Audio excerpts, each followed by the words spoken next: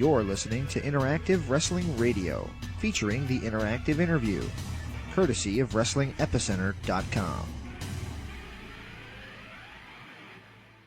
Welcome back to Interactive Wrestling Radio. Joining us on the Newsmaker line for the first time since the pandemic, and he was one of our first guests, as a matter of fact, even though I don't think that recording ever made it because my Radio Shack recorder didn't work too well. But I'm talking, of course, about the Enforcer, C.W. Anderson. It's a pleasure to have you back on. Are you there, sir? Yeah, James, I am, man. Thanks for having me. I appreciate you taking the time to do this with the family matters at hand, so thanks for doing this with me today. You're welcome. All right, so we're here to talk a little bit about everything CW, but then, of course, we're going to finish talking a little bit about the new promotion that is starting to create a little bit of excitement in the old Mid-Atlantic territory area. So, first of all, how did you survive the pandemic? How do you feel now that the world is back to spinning and pro wrestling has crowds and the whole 9 yards again? You know, in the beginning, it was kind of good for me personally that the world kind of got shut down. Like, even though I was one that was always against it, but that's for another conversation. Right. I needed that personally to regroup and reset my center. I was going through a real hardship in my life, so being able to get away, focus on myself, and just nothing but no pro wrestling, just nothing. That was good. But I was so glad when it started back because it made me fall back in love with the business that I had fallen out of love with, 6-7 months prior. Everything else just kind of fell into place. So it was good to get away for a little while, but man, it was so good to get back and be around people and my friends and family and fans and stuff like that. But now everything's, of course, back to normal and rolling a lot along. And 30 years in, busier than I've ever been. That's awesome. And do you still enjoy getting in the ring these days? I do. I have my moments. As every guy that's been in the business as long as I have, and we have our moments because we've been there, done that, seen things.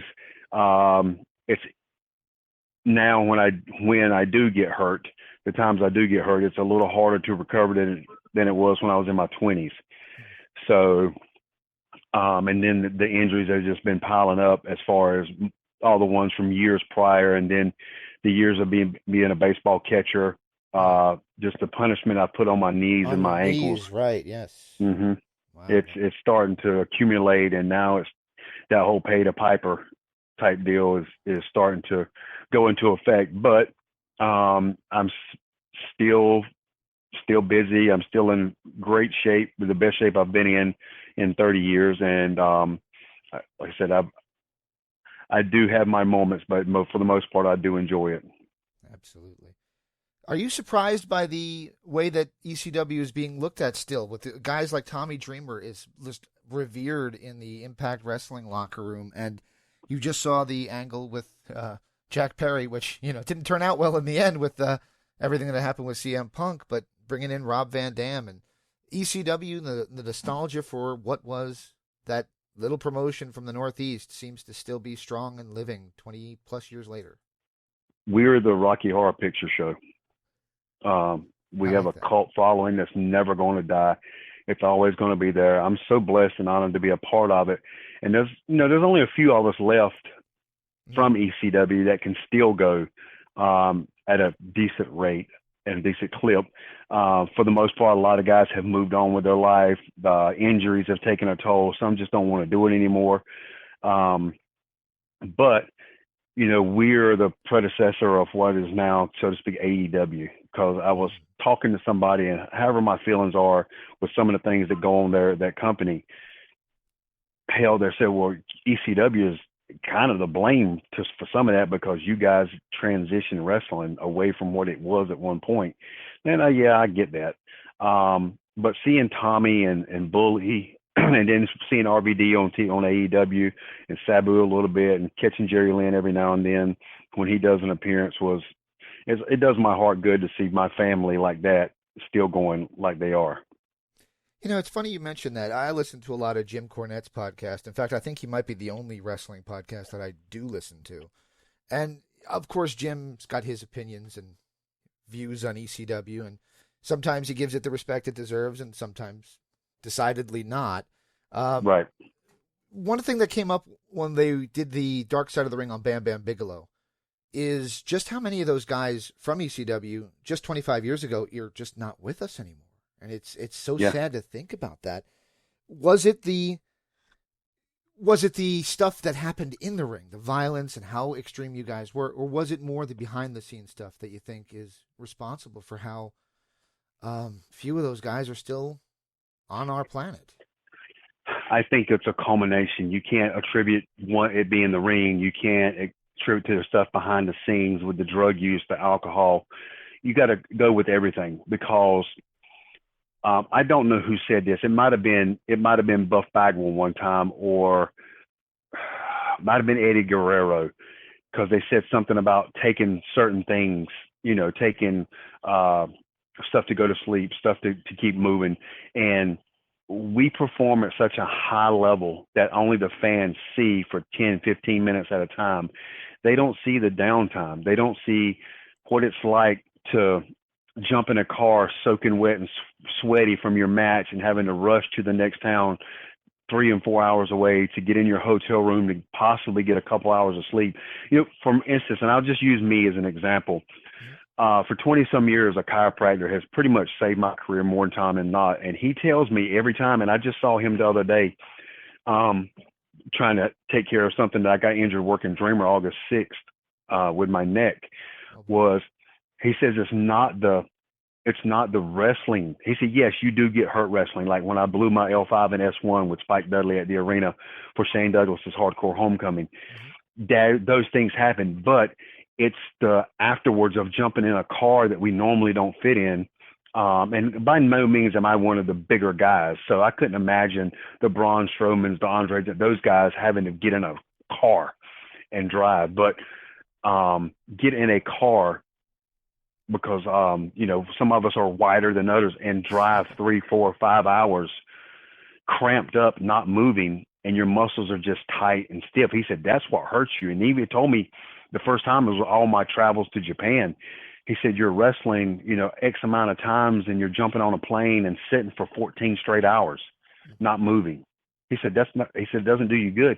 And yeah, a lot of guys did take drugs because, and I'm not condoning what they did, but some of them had to do these things to perform at such an elite level because fans see us as rock stars at performing in front of everybody. And on level 10, 4 and 5 nights a week is to where a football player only does it once for X amount of hours, which that's the closest thing to us is football because of the impact. The rock stars and the singers, they perform a couple of times, but they're not taking the injuries on our body like we are. And I think I swear it was Eddie Guerrero, you have to do something to be able to perform because your body can't take but so much. And so a lot of the guys have done steroids. I'm a blame for that as well.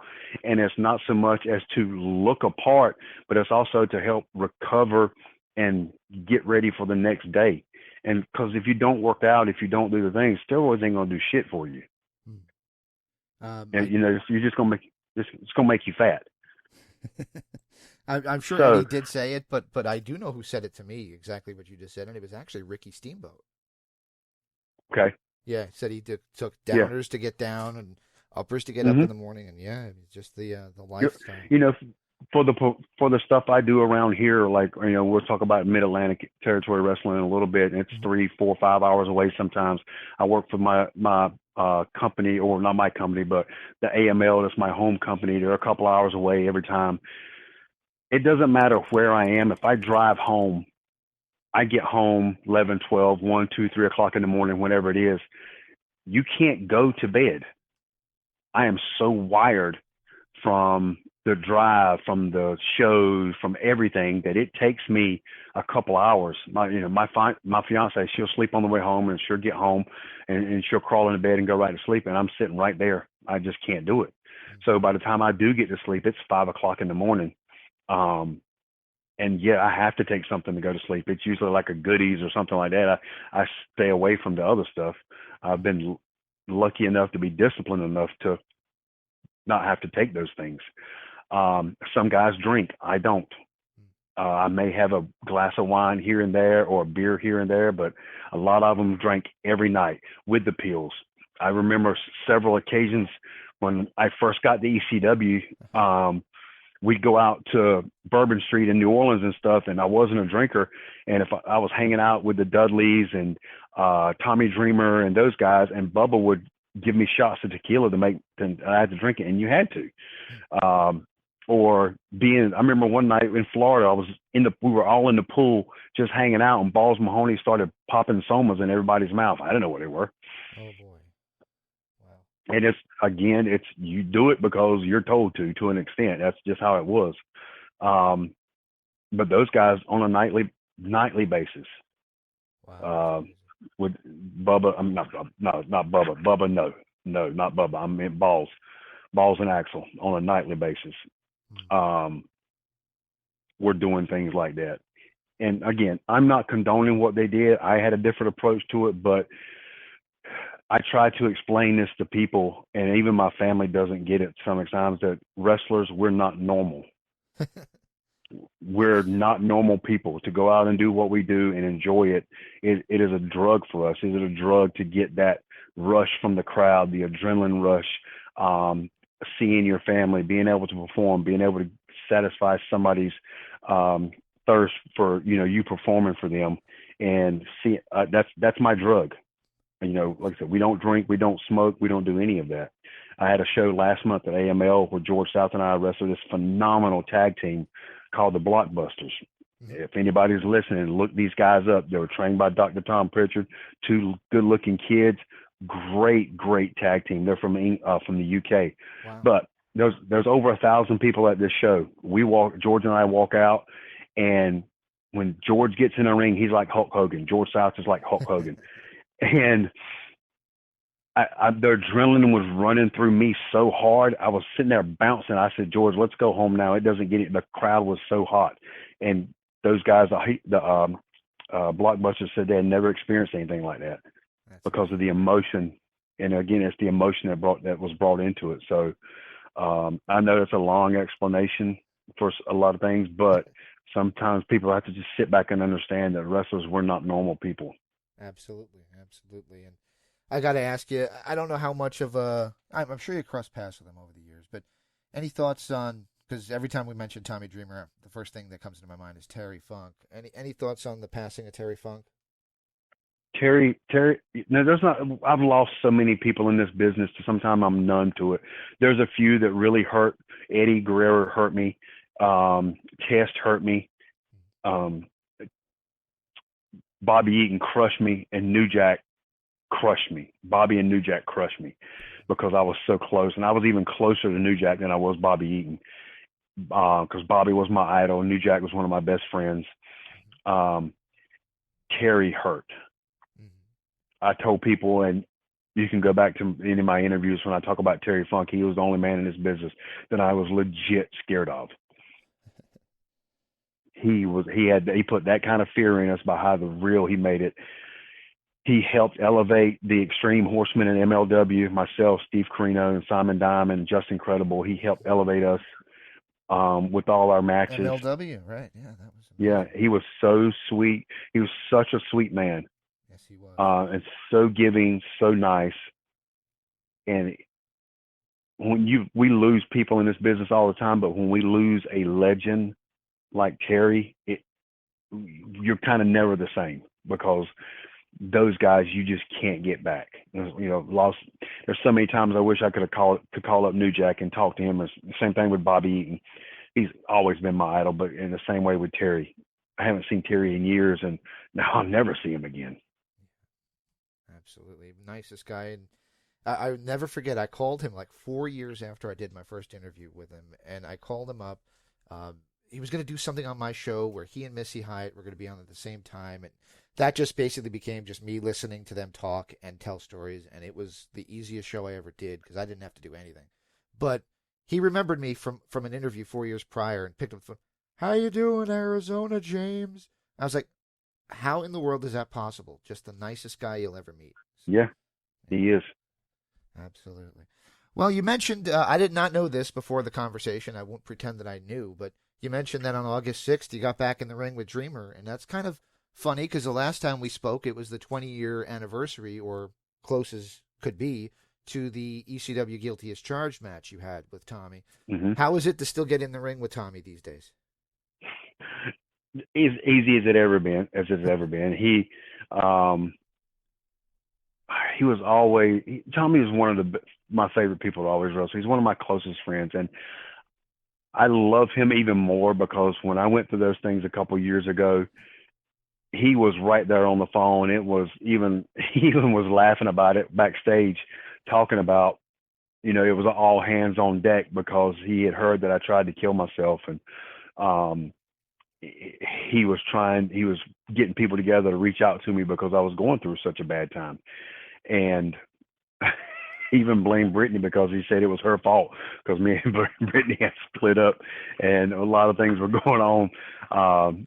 But I mean, now it's go back and look at it or think, what he was saying was funny. It was a serious at the time, but wrestling with him was so much fun. It brought back so many memories, and he's one of those I could wrestle every night and not get tired of it because we have so much fun, and he just gets a thrill out of doing things to make me throw up. So, whatever makes Tommy happy. So I'm happy for him too. He seems like the nicest guy too. So that's I've interviewed him a few times. So Tommy is today's Terry Funk as far as the niceness and giving the shirt off his back to help. Even ECW was the same way. He made wrestlers. He elevated wrestlers. He elevated me. He even told me that, it was my time when Lance Storm left. We got to elevate CW. And Tommy's the one that said, I need to put CW over on pay-per-view to elevate him. And he did. that's amazing. I'm always in his debt for that. All right. Well, into the now, for if you will. The reason we're doing this, a friend of ours, both a friend of ours, Todd Myers, is involved with the promotion. Obviously, I don't think he's the main guy, but Mid-Atlantic Territory Wrestling, and they're trying to do things a little differently. They've got themselves a national TV deal on over-the-air television in major markets, which is kind of amazing if you think about it this day and age. That's on Right Now TV for those keeping score at home. What do you think of the Mid-Atlantic Territory Wrestling promotion and their approach to wrestling and trying to bring a little bit of that old school style back? Well, the guy that owns it and the booker, is my tag team partner, Preston Quinn. He was trained. He was trained by my tag brother, Pat Anderson, the guy that gave me the Anderson name, Pat. Pat trained Preston. And Preston and I have been tagging for a couple years. He was the last member that I brought into the Extreme Horsemen. So we run as the Extreme Horsemen in his promotion. We were running it in AML, but Preston has stepped back and pretty much focused on his company, trying to get that off the ground. And it's just like his company. He runs it just like it sounds. He's trying to run it as a territory. He's already run over 30 shows so far this year, and didn't start till April. And he's got over 30 scheduled for next year, and that's a little over half the year. He's already got 30 scheduled, and he runs it as something that I always say in my seminars, and he's adopted it as the company is emotion over motion. He's pretty much says there's certain things in that company you cannot do. With it being like certain things like pass bys, leg slaps, dives, things like that. If it's going to be a dive, it's got to mean something. You can't do 30-some dives in a show. He's trying to make sense of it. He's trying to go back to where it was in the 80s with a twist of new. I always look at it how I was the millennial Anderson. I tried to be the old school Anderson with the ECW twist to it. And his company, he's doing the territory stuff with just a little bit of a new twist to it. With he's letting guys have their style and do that, but he's cut down on a lot of things. It's one of those that stuff has to mean something. And he's not had one person complain about, hey, there's not been 36 super kicks. There hasn't been no table breaks. There hasn't been hardly anybody's allowed to do something off the top rope. Again, it has to mean something. And he's got his TV deal up and running. He's starting small to an extent, but He's not trying to get too big too quick. He's taking his time. And Preston, I can say this about him. There's only a couple people I've ever been around that have the knowledge of the history of wrestling that he does. You can, a couple of times I was talking about watching certain matches, and like one was with Bobby Eaton and Ric Flair, and he remembers this black kid sitting in the crowd with a yellow T-shirt on, the Kid and Play fade. I'm like, how do you? Did you just watch that? And he's like, no, I watched it when I was in high school. And then I was watching something the other day, and it was Jerry Lawler and Kerry Von Erich from an AW. I think it was an AWA show. Yeah, Super Clash, possibly. Yeah, that's what it was. And he said it was. It was Super Clash. And I went, yeah, it was. I sucked at school, but I remember everything about wrestling. And it just amazes me the knowledge he has and he's able to pull off of with these shows and angles and stuff, because he uses old school angles and old stuff that works, because nobody remembers the stuff like he does. So I damn sure don't. Absolutely. Well, it's an interesting question that you just mentioned. You mentioned nobody's complaining, and I assume you meant the fans, but the fans, yes, nobody's complaining about, and they're getting their money's worth. But is it hard for the younger guys? Because I did an interview with Rob Van Dam a few years ago, and Rob Van Dam was, very much responsible for taking wrestling and, turning it up a notch to where guys that were considered to be doing too much in the 90s, like Shawn Michaels, were telling him he was doing too much, and so on and so forth. And it kind of has been kind of a building block to that. But he would say he walks in and he worked with guys and they don't know how to do a collar and elbow tie-up, but they know how to do 3 black flips off the top rope. And is that something that, when you do seminars, that you're having to teach guys fundamentals first? You got to learn to crawl before you can walk, and so on and so forth? Yeah, a lot of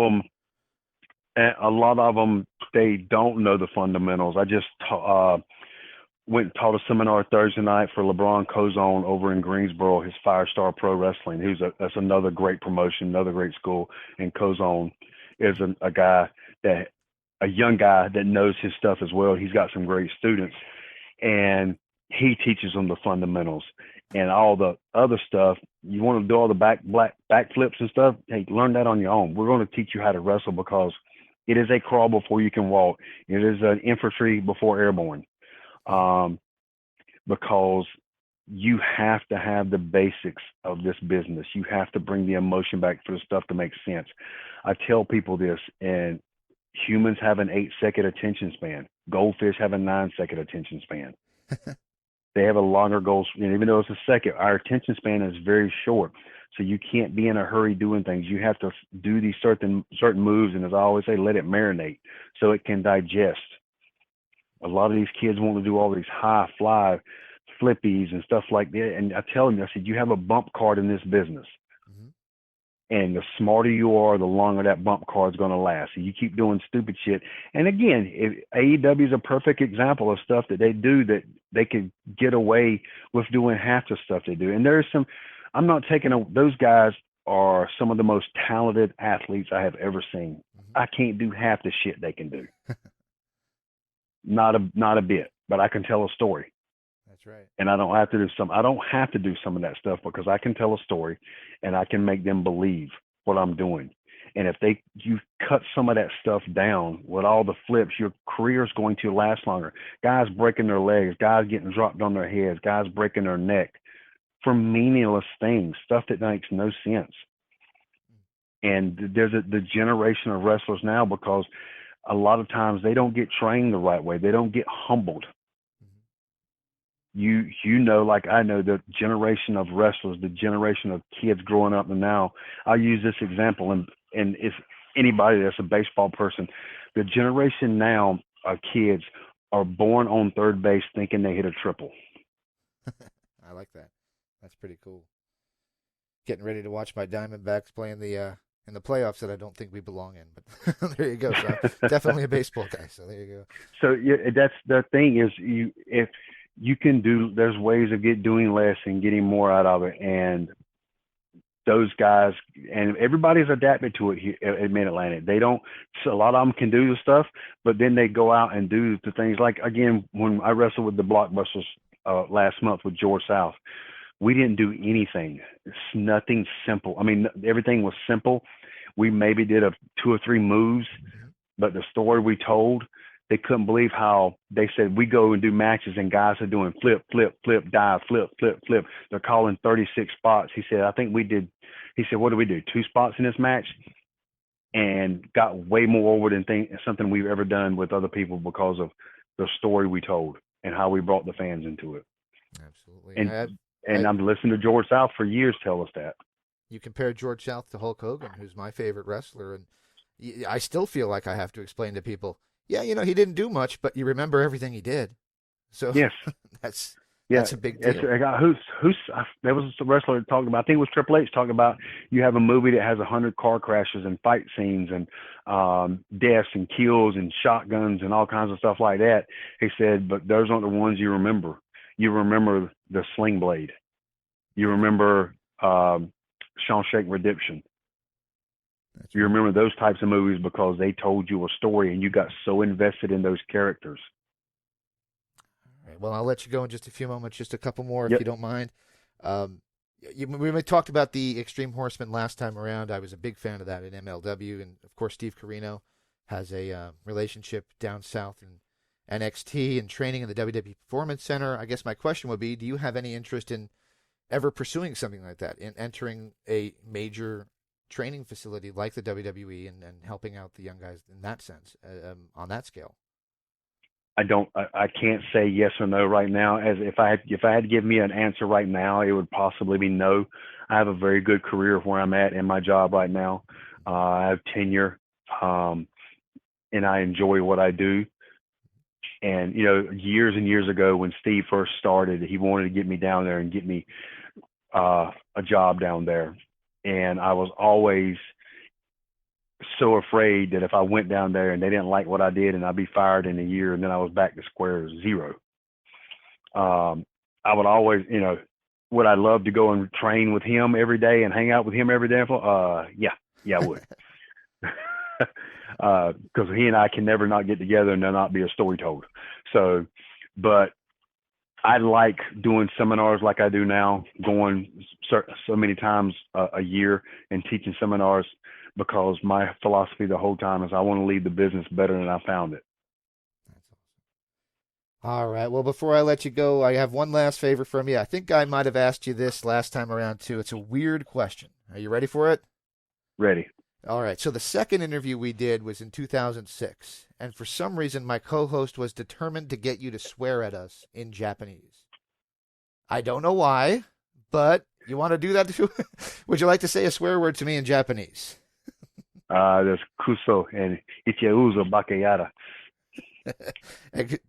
Could you can swear if you want to. What does that mean, if you don't mind? Kuso is like a universal thing for like shit. Or Kanyeto is like motherfucker. Icheuzo bakayara is stupid ass. So and icheuzo is like let's go. So let's go, stupid ass. All right, that sounds great. Well, I will let you go, but I won't call you stupid ass because I don't want to get killed.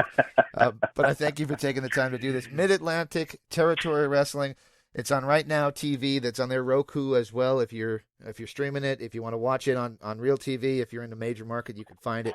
Seek it out, though. It's on Facebook as well. You can find out all their upcoming shows, which I've heard that later in the fall you're going to be part of. So I can't wait to see what C.W. Anderson does for them.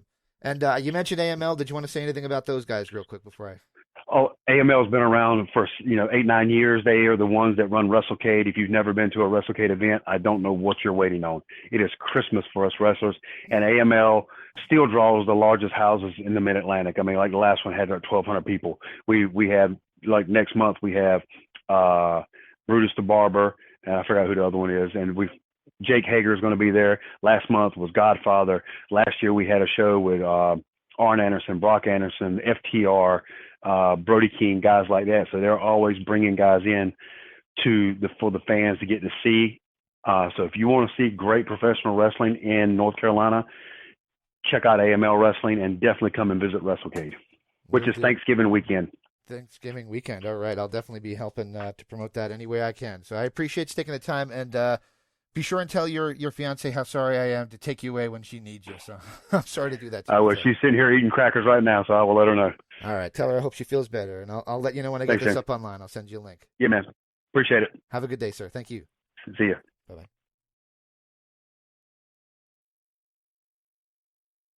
This is Interactive Wrestling Radio.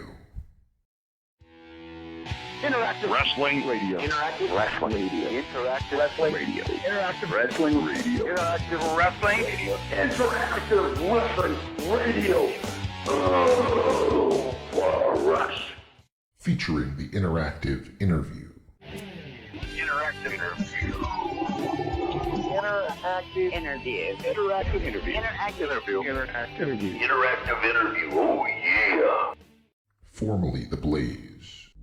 The Blaze. The Blaze. The Blaze. The Blaze. The Blaze. The Blaze. The Blaze. The Blaze. The Blaze. The Blaze rock. You maniacs, so what you gonna do when the Blaze of Mania runs wild on you? On WrestlingEpicenter.com. Wrestling Epicenter. Wrestling Epicenter. Wrestling Epicenter. Wrestling Epicenter. Wrestling Epicenter. The Wrestling Epicenter. Don't get off. And now we shamelessly name drop from our history.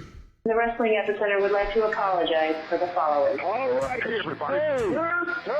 Viva la raza. Viva la raza. Hey, y'all. Hello, ladies.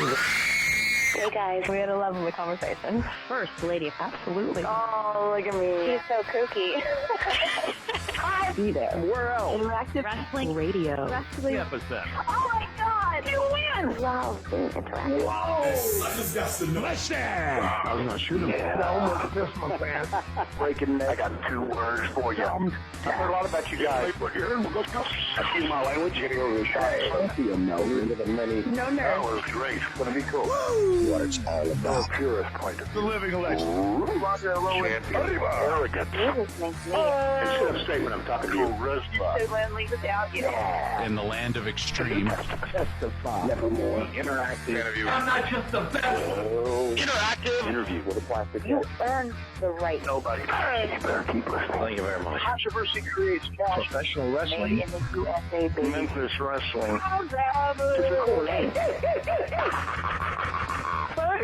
The guy on fire. I'm not Let me mad. talk to you, dummies. We were sexy. What a show. One and only. Interactive Wrestling Radio. Wrestling Epicenter. Interactive interview. We took care of the business and ballet. We are huge with You're where it's at. You better recognize who's the best. Make sure you tune in each and every week. I'll come out of your computer. Knock down your door and turn it on for you. Or else I'm going to kick your stinking teeth in.